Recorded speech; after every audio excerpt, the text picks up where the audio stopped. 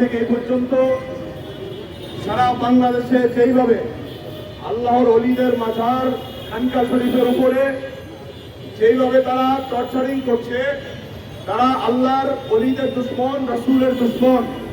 এবং আল্লাহ হাদিসে কুদসির মধ্যে বলেছেন, যারা আমার ওলি বন্ধুদের বিরুদ্ধে বিস্তারোচ্চারণ করে আমি আল্লাহ তাদের বিরুদ্ধে যুদ্ধ ঘোষণা করি।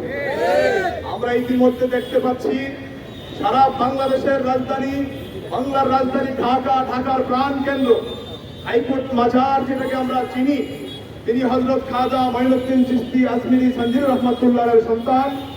দীর্ঘদিন ধরে এই বাংলাদেশ হওয়ার আগেই থেকেই এই মাজার শরীফ এখানে আছে।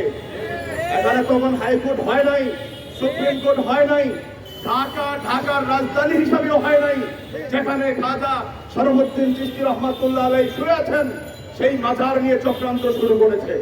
আমরা সুন্নি জনতা আর ঘরে বসে না থেকে আমরা রাজপথে আর প্রেস ক্লাবের সামনে মানববন্ধনের মাধ্যমে চট্টগ্রাম সহ ব্রাহ্মণবাড়িয়া সহ এক যুগে সারা বাংলাদেশের সুন্নি জনতা মাঠে নেমেছে। হযরত খাজা শরফুদ্দীন চিশতি রহমাতুল্লাহ আলাইহি মাজার শরীফ নিয়ে যে রিট করেছে, এখান থেকে স্থানান্তর করার জন্য যে এই বিষয়টি করেছে, আমি উদাত্ত আহ্বান করবো এটাকে উল্টো করার জন্য। যদি না করা হয় বাংলাদেশের মানুষ, ওলি আল্লাহ প্রেমিকরা ঘরে বসে থাকবে না, তারা রাজপথে নেমে আন্দোলন করবে, অবশ্যই করবে।